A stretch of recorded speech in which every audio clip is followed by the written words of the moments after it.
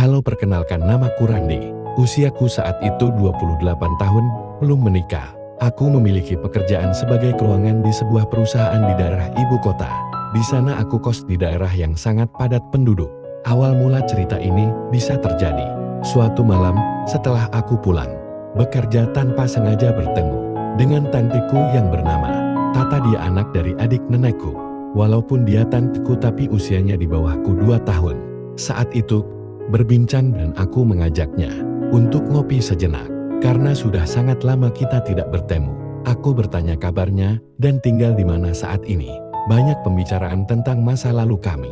Karena semasa sekolah dasar Tata adalah adik kelasku dan kami satu sekolah. Perbincangan panjang itu sampai memakan waktu 1 jam lebih dan di akhir perbincangan aku bertanya alamat rumahnya.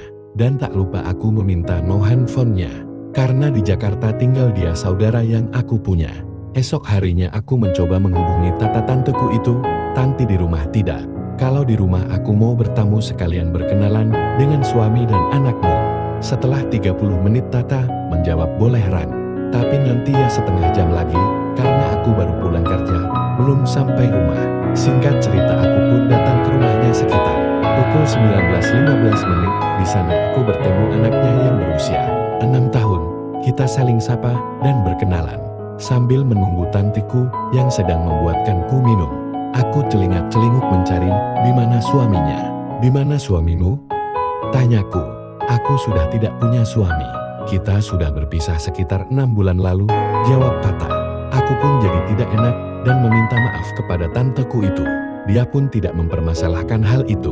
Malah dia semakin dalam bercerita kalau mantan suaminya itu sering melakukan KDRT, bermain judol, dan tidak mau bekerja.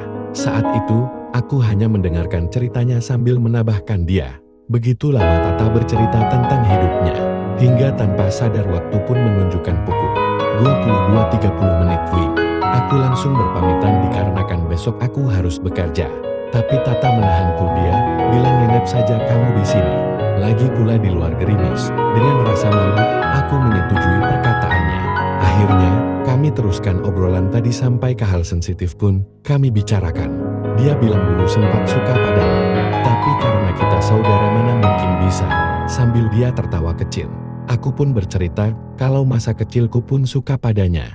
Kita pun tertawa karena mengingat hal lucu saat kita masih di bangku SD. Tanpa sadar aku dan Tata sudah duduk bersampingan. Yang tadinya kami berhadapan dengan dihalangi meja. Saat itu aku dengan sengaja mencoba menggenggam tangannya. Dia tak menarik tangannya. Sambil jantung yang berdebar aku coba mencium bibirnya. Dia pun diam tak menolak, malah dia memejamkan mata. Kami semakin menikmati karena Tata menyambut apa yang aku lakukan. Aku pun semakin berani untuk menggapai balon walau hanya dari luar. Dia semakin menggabul, tangannya mulai merangkul pundakku. Di sofa ruang tamu, aku mulai menjelajahi bagian dalam milik Tata dari atas hingga bawah. Kubuka semua peralatan miliknya, dan dia membuka semua milikku. Akhirnya, kami melakukan hal yang tak seharusnya.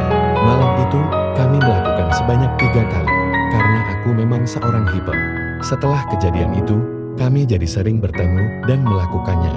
Kadang di rumahnya, kadang dia ke kosanku atau kami janjian di luar. Semakin hari hubungan kami makin intens. Hubungan itu bertahan sampai beberapa tahun, walaupun aku sudah menikah. Tata masih suka menghubungiku untuk main ke rumahnya. Hubungan kami berakhir, sampai tanteku juga menikah lagi.